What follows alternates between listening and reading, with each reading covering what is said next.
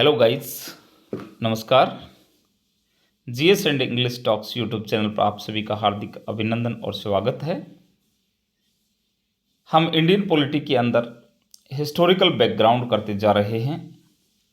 अब तक हमने कंपनी के तहत आने वाले सभी एक्ट्स, चाहे वो 1773 का रेगुलेटिंग एक्ट हो, चाहे पिट्स एक्ट हो 1784, 1813, 1833 और 53, आज हम इस लेक्चर में शुरू करने वाले हैं ताज के शासन के तहत आने वाले एक्ट्स।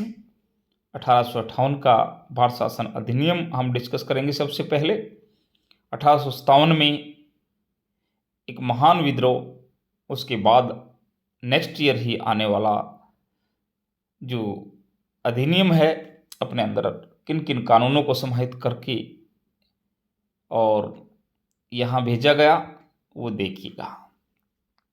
भारत सचिव के पद का सृजन। अब जो है एक भारत सचिव के पद का सृजन किया गया। भारत सचिव की सहायता के लिए 15 मेंबर्स की एक काउंसिल बनाई गई। एक 15 सदस्यीय जो है आप कह सकते हैं कि परिषद बनाई गई। और ये इम्पोर्टेंट बात, गवर्नर जनरल का नाम अब वायसराय कर दिया गया। जो 1773 में सबसे पहले बंगाल का गवर्नर बनाया गया था वॉरेन हेस्टिंग, जिसको 1833 के अंदर भारत का गवर्नर जनरल बना दिया गया था, और वो थे लॉर्ड विलियम बेंटिंग। लेकिन अब वायसराय बना दिया गया 1858 में, और ये हैं लॉर्ड कैनिंग। इसी के साथ बोर्ड ऑफ कंट्रोल, जो 1784 ईस्वी में पिट्स एक्ट के दौरान जो है और राजनीतिक कार्यों पर कंट्रोल करने के लिए बनाया गया था, और कोर्ट ऑफ डायरेक्टर्स जो व्यापारिक मामले देखता था, ये दोनों के दोनों अब समाप्त कर दिए गए हैं। तो इम्पोर्टेंट बात, भारत सचिव का पद, उसके सृजन के लिए 15 सदस्य की काउंसिल, और गवर्नर जनरल को अब वायसराय कहा जाने लगा, और बोर्ड ऑफ कंट्रोल और कोर्ट ऑफ डायरेक्टर को अब समाप्त कर दिया गया।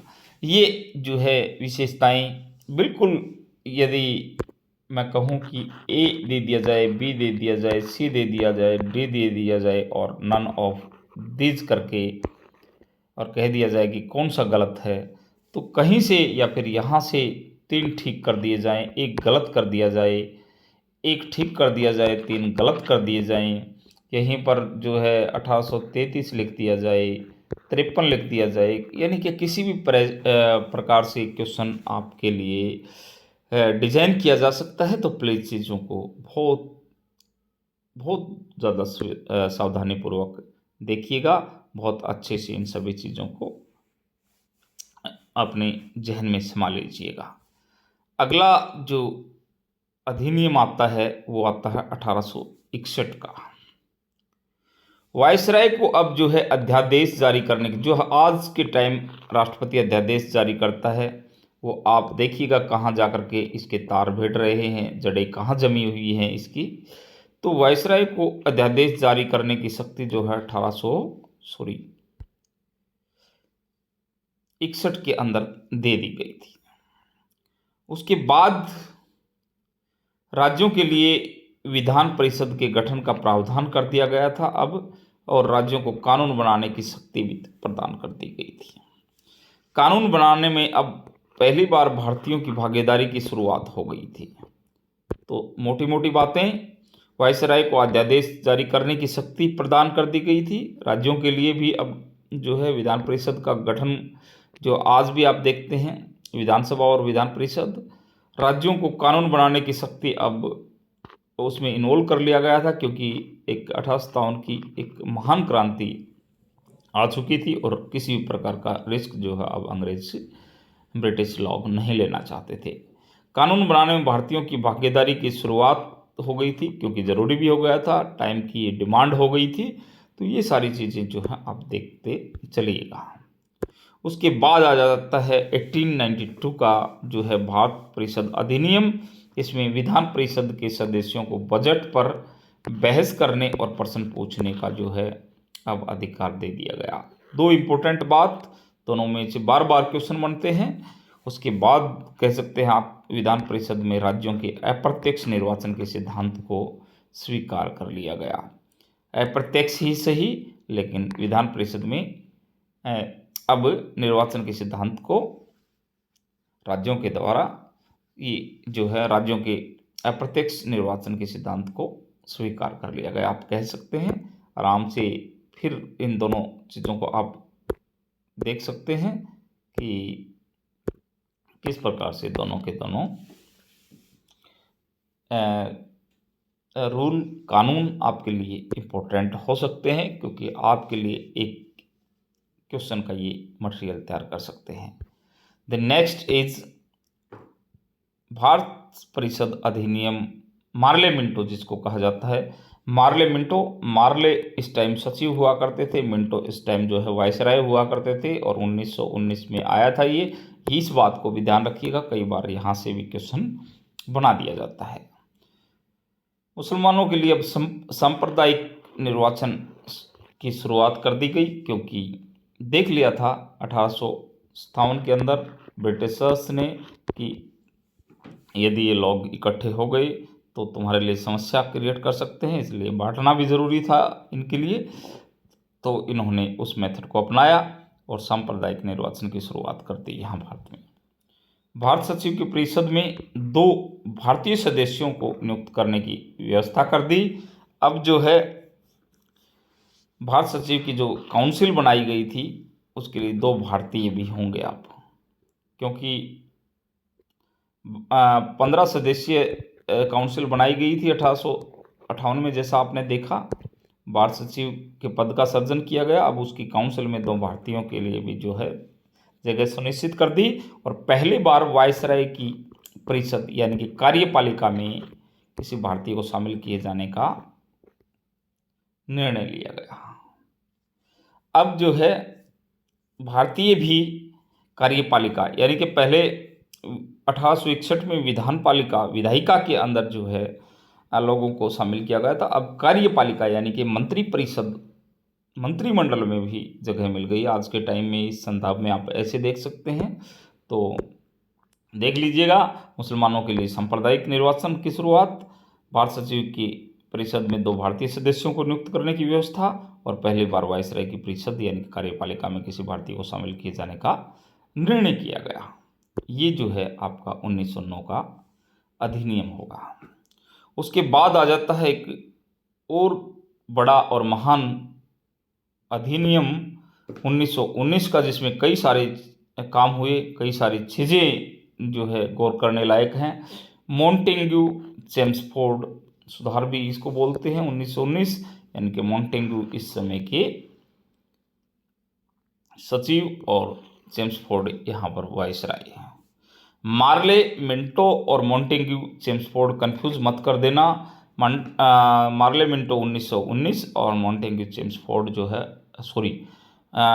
मार्ले मिंटो 1909 और मॉन्टेग्यू चेम्सफोर्ड जो है 1919। आप इस चीज़ को अच्छे से ध्यान में रखिएगा। सचिव का नाम पहले आ रहा है और वायसराय का बाद में, ये भी ध्यान रखिएगा दोनों के अंदर। अब इसमें जो होता है वो देखिएगा कि प्रांतीय विधानमंडलों में दोहरा शासन अर्थात हस्तांतरित और आरक्षित विषय जो है वायसराय अपने पास रखते थे। हस्तांतरित जो है जो अप्रत्यक्ष रूप से कोई सरकार आगे चल करके आप देखें भी कि आंशिक उत्तरदायी सरकार जो थी उसको दिए गए, तो आरक्षित और हस्तांतरित 2 विषय बना दिए गए। अपना जो है सेफ पॉइंट उन्होंने सेफ साइड यहाँ पर भी रख ली। शिक्षा, संपत्ति एवं कर के आधार पर लोगों को वोट देने का अधिकार। शिक्षा के आधार पर संपत्ति कर सभी लोगों को वोट का अधिकार नहीं मिला। आप ध्यान दीजिएगा, शिक्षा के आधार पर, संपत्ति के आधार पर और कर के आधार पर। प्रत्यक्ष निर्वाचन द्वारा प्रांतों में कर लीजिएगा, यहाँ मिसप्रिंट है। आंशिक उत्तरदायी सरकार की स्थापना। प्रत्यक्ष अप्रत्यक्ष की बात जहाँ आपने देखा था 1892 में, अब यहाँ प्रत्यक्ष निर्वाचन की बात आ गई। लेकिन आंशिक उत्तरदायी, कम उत्तरदायी सरकार, पूरी तरह से उत्तरदायी सरकार नहीं बनाई गई। सिखों, भारतीय ईसाइयों आंग्ल भारतीयों के लिए सांप्रदायिक निर्वाचन, और जो 1909 में इन लोगों ने मुसलमानों के लिए जो है सांप्रदायिक निर्वाचन की बात कही थी, वो अब यहाँ आकर के जो है आप देख पा रहे हैं दूसरे लोगों के लिए भी कर दी। लोक सेवा आयोग के गठन का प्रावधान व राज्यों का बजट केंद्र से अलग कर दिया गया। और आज भी देख रहे हैं आप, लोक सेवा आयोग जो यूपीएससी जो है परीक्षा लेता है सिविल सर्विस की, उसकी बात यहीं से उठी। हालांकि आगे चल कर के 1926 में वो बना, 25-26 में, और यहीं से जो है ये स्थापना करने की बात जो है सामने आई, और राज्यों और केंद्र का बजट जो है दोनों अलग अलग अब कर दिए गए हैं।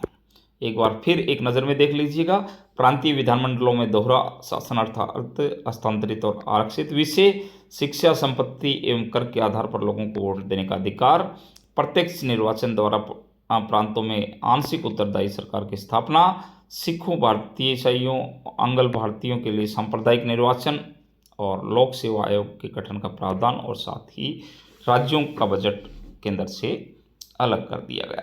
ये चीज़ें जो है आप देखते चलिएगा 1919 के इस अधिनियम की। फिर आते हैं हम भारत शासन अधिनियम 1935।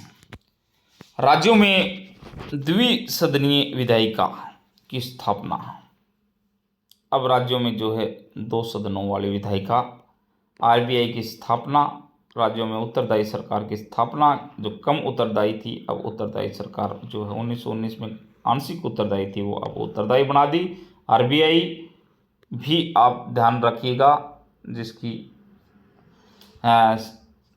स्थापना जो है कलकत्ता के अंदर की गई थी, और फिर बाद में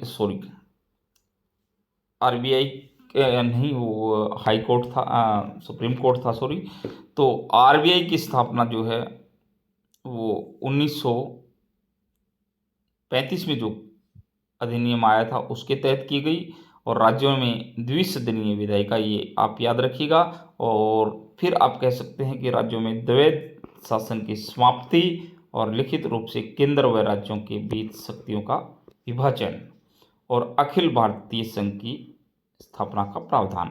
एक बार अच्छे से देखिएगा, राज्यों के अंदर 2 सदन वाली जो है विधायिका की बात जो है आई, वो कहाँ से आई? वो आई 1935 के अधिनियम से। आरबीआई की स्थापना का प्रावधान यहाँ से आया, और राज्यों में उत्तरदायी सरकार की स्थापना हुई, और द्वैध शासन की समाप्ति। हालांकि द्वैध शासन जो है राज्यों में समाप्त कर दिया गया, लेकिन केंद्र में शुरू कर दिया गया। 1919 में जो है राज्यों में जो द्वैध शासन था, अब वहाँ यहाँ खत्म करके केंद्र में कर दिया गया। लिखित रूप से केंद्र और राज्यों के बीच शक्तियों का विभाजन हो गया, और अखिल भारतीय संघ की स्थापना का प्रावधान जो बन नहीं पाया, लेकिन यहाँ प्रावधान किया गया। उसके बाद मैं देख पा रहा हूँ 1947 का वो भारत शासन अधिनियम, जो भारतीय स्वतंत्रता की पटकथा लिखने के लिए जो है बिल्कुल अब लोग तैयार हैं। और ऐसे में जो है भारत और पाकिस्तान नामक 2 संप्रभु राज्यों के गठन की बात इसमें कही गई। भारत पर ब्रिटिश संप्रभुता की स्थापना अब समाप्त कर दी गई, ये प्रावधान भी जो है यहाँ पर दिया गया है। इसको भी आप एक बार अच्छे से देख लीजिएगा।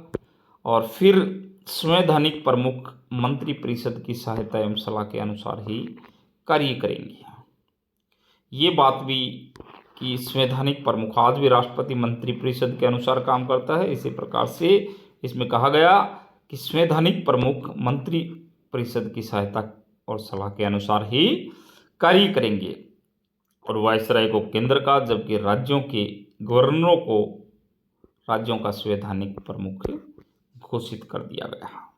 ये सारी बातें जो हैं इस एक्ट की हैं, अधिनियम की हैं, कि भारत तथा पाकिस्तान 2 राज्य संप्रभु राज्य बनाए जाएंगे, उनका गठन किया जाएगा। भारत पर ब्रिटिश संप्रभुता अब खत्म कर दी जाएगी। संवैधानिक प्रमुख जो है अब मंत्रिपरिषद की सहायता के अनुसार, सलाह के अनुसार कार्य करेगा और वायसराय को केंद्र का, जबकि राज्यों के गवर्नर को राज्यों का संवैधानिक प्रमुख घोषित कर दिया गया।